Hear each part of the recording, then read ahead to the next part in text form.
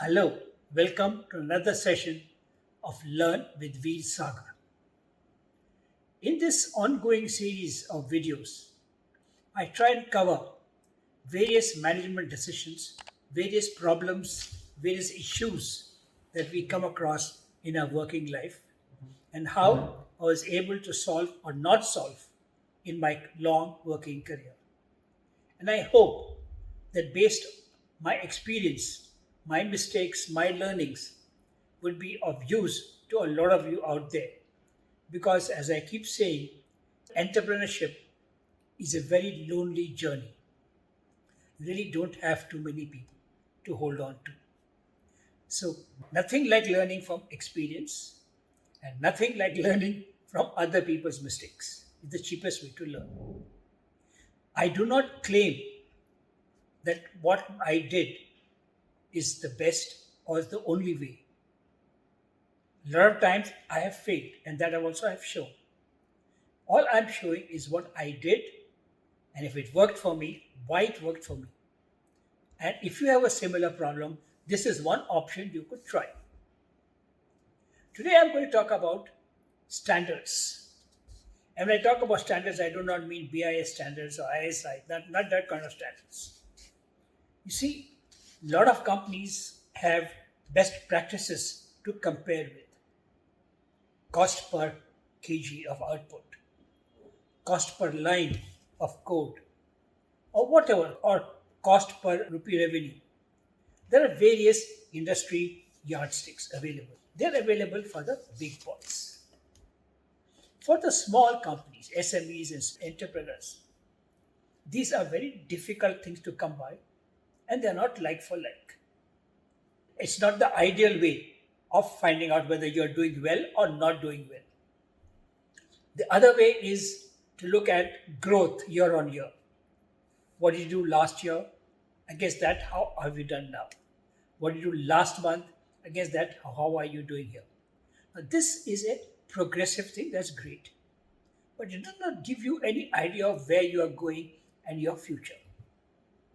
So, what I suggest, and which I found useful, is at the beginning of the year, make a set of assumptions. Assumptions being raw material prices, labor costs, customers, selling price, conversion rates, whatever.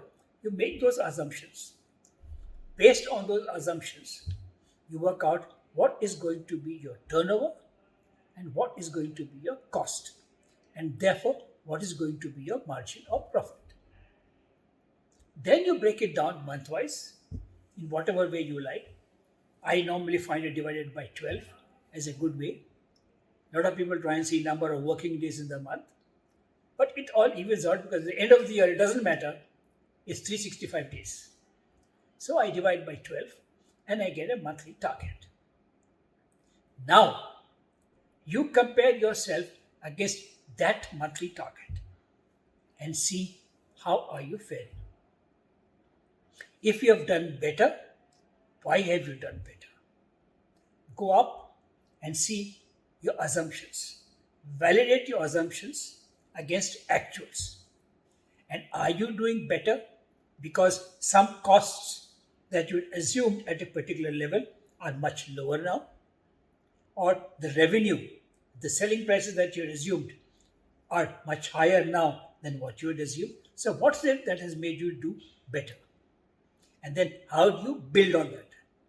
Don't revise your target, but build on that so that you know that if I have done 110%, I have not been very efficient even though I am 10% above my standard. Similarly, if you have done below, go back and see against your assumptions what is your actuals and validate that or revalidate that. And if you find that you had assumed a particular cost, a particular output level, particular efficiency, and you're not getting that, then you look back and sit and see, okay, how do I make up for this? So there are two stories. One is if the assumptions that you have made were very conservative and the actuals are better than those assumptions, then you say, okay, how do I take advantage of this and build on it Don't feel happy that, oh yes, I want to do 100 and I have done 105, I am doing well. Whereas you could have actually done 120. So you lost out. You are a good performer because you have done better than your standards, but you're not a good manager. Similarly, if you're supposed to do 100 and you've done 90 because your assumptions were understated, then you go back and say, okay, how do I get back to 100? What do I need to do? Where do I need to be more efficient than I assumed? Where do I need to do whatever I have to do to get back to 100? Because if you're not meeting your standards, you're not.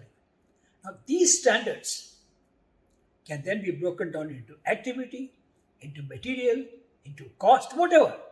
Almost every activity to which there's effort put in, these standards can be attributed to that. So break down the standards to the next level. If this is your standard for the company, then break it down to the next level, to the marketing manager, to the purchasing manager, supplies manager, production manager, whatever, all the levels that are. Because their aggregate will come up to your aggregate.